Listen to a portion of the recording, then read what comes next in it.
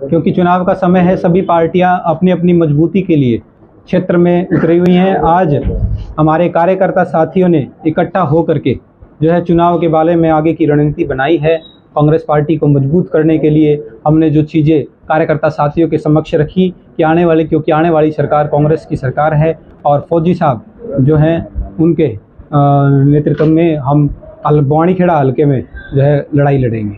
जी, क्योंकि जिस प्रकार अभी हमें तो कार्यकर्ता साथियों से सुनने को मिला कि क्योंकि उनको आजकल सोशल मीडिया पे अफवाहें भी ज़्यादा फैलती है क्योंकि चुनाव का समय है।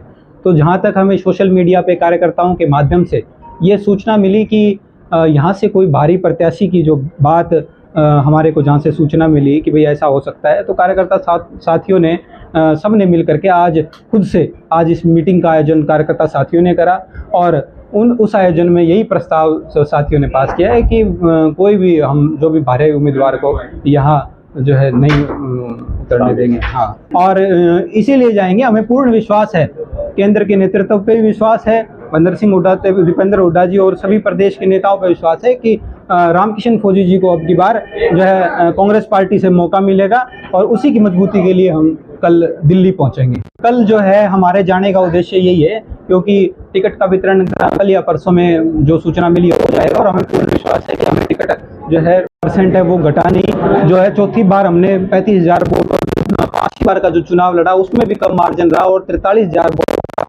और जब हमारे कार्यकर्ताओं की मेहनत की बदौलत जब अब ये लोकसभा का चुनाव आया था, गठबंधन के जो प्रत्याशी हैं जयप्रकाश जी ने जो है सभी कार्यकर्ताओं की मेहनत की बदौलत पूर्व CPS रामकिशन फौजी जी और सभी साथियों की मेहनत की बदौलत यहाँ जीत भी दर्ज की। चुनाव का समय है, समय में कई चीजें ऐसी उठती भी हैं और उठती रही हैं। पहले भी कई चीज़ें उठी हैं, उसके बाद जब सच्चाई सामने आती है तो ये सिर्फ महज एक अफवाह है।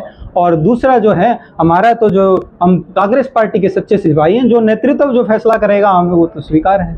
क्योंकि मैंने जैसे आपको कहा कि आने वाले क्योंकि कुछ प्रत्याशियों की घोषणा हो चुकी है, 1 से 2 दिन में अभी हमारे जो बचे हुए प्रत्याशी हैं उनकी भी घोषणा हो जाएगी। हमारे सभी कार्यकर्ता साथी जैसे आपने कहा कि कुछ ऐसी अफवाह उड़ रही है, तो कार्यकर्ताओं का जो मन है और कार्यकर्ताओं की जो भावना है वो आज यही है कि अगर ऐसी कोई अफवाह उठ भी रही है तो उनका यही निर्णय है कि भारी प्रत्याशी कोई भी होगा वो हमें स्वीकार नहीं होगा। जो ये तो कार्यकर्ताओं की आवाज़ है, जो कार्यकर्ताओं ने हमारा तो यही जवाब है कि जी हमारा कांग्रेस पार्टी के सच्चे सिपाही हैं।